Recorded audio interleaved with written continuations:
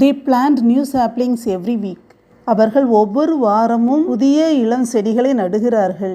வழக்கமாக செய்யும் செயல்களுக்கு சிம்பிள் ப்ரெசன்ட் டென்ஸ் பயன்படுத்தணும். They planted new saplings last week. போன வாரம் அவர்கள் புதிய இளம் செடிகளை நட்டார்கள். இது simple past tense. They will plant new saplings next week.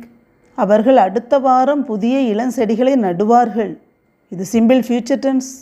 They are planting new saplings today. இன்று அவர்கள் புதிய இளம் செடிகளை நட்டு கொண்டிருக்கிறார்கள்.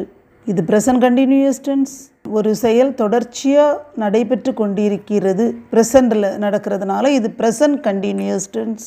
They were planting new saplings yesterday while it was raining.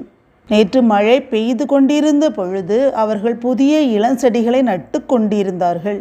ஏற்கனவே நடந்து முடிந்த ஒரு செயல் தொடர்ச்சியாக நடைபெற்று கொண்டிருந்தது அப்படிங்கிற குறிக்கிறதுக்காக பாஸ்ட் கண்டினியூஸ் டென்ஸ் பயன்படுத்துகிறோம்.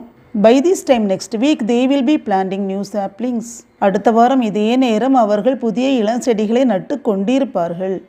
அதாவது அந்த செயல் தொடர்ந்து நடைபெற்று கொண்டிருக்கும் வருங்காலத்தில், ஃப்யூச்சரில்.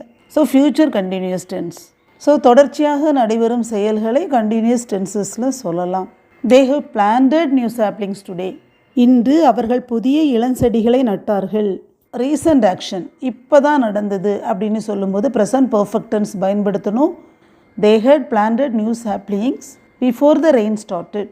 மழை ஆரம்பித்ததற்கு முன்பே அவர்கள் புதிய இளஞ்செடிகளை நட்டார்கள். So past tense, past perfect இரண்டுமே பாஸ்டில் நடந்த இரண்டு செயல்கள். ஒரு பாஸ்ட்டுக்கு முன்னாடி நடந்த இன்னொரு பாஸ்ட் ஆக்ஷனை பற்றி பேசும்போது பாஸ்ட் பர்ஃபெக்ட் பயன்படுத்தணும்.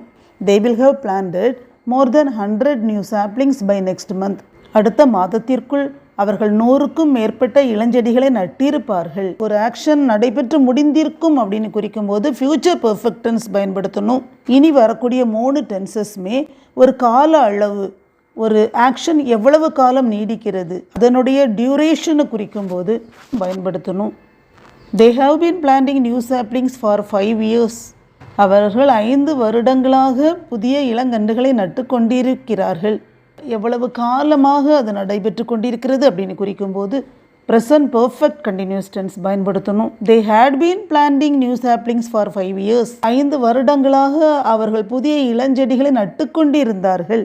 இப்போ இந்த ஆக்ஷன் நடைபெறவில்லை, முடிஞ்சிடுச்சு. So past perfect continuous tense பயன்படுத்தி இருக்கிறோம்.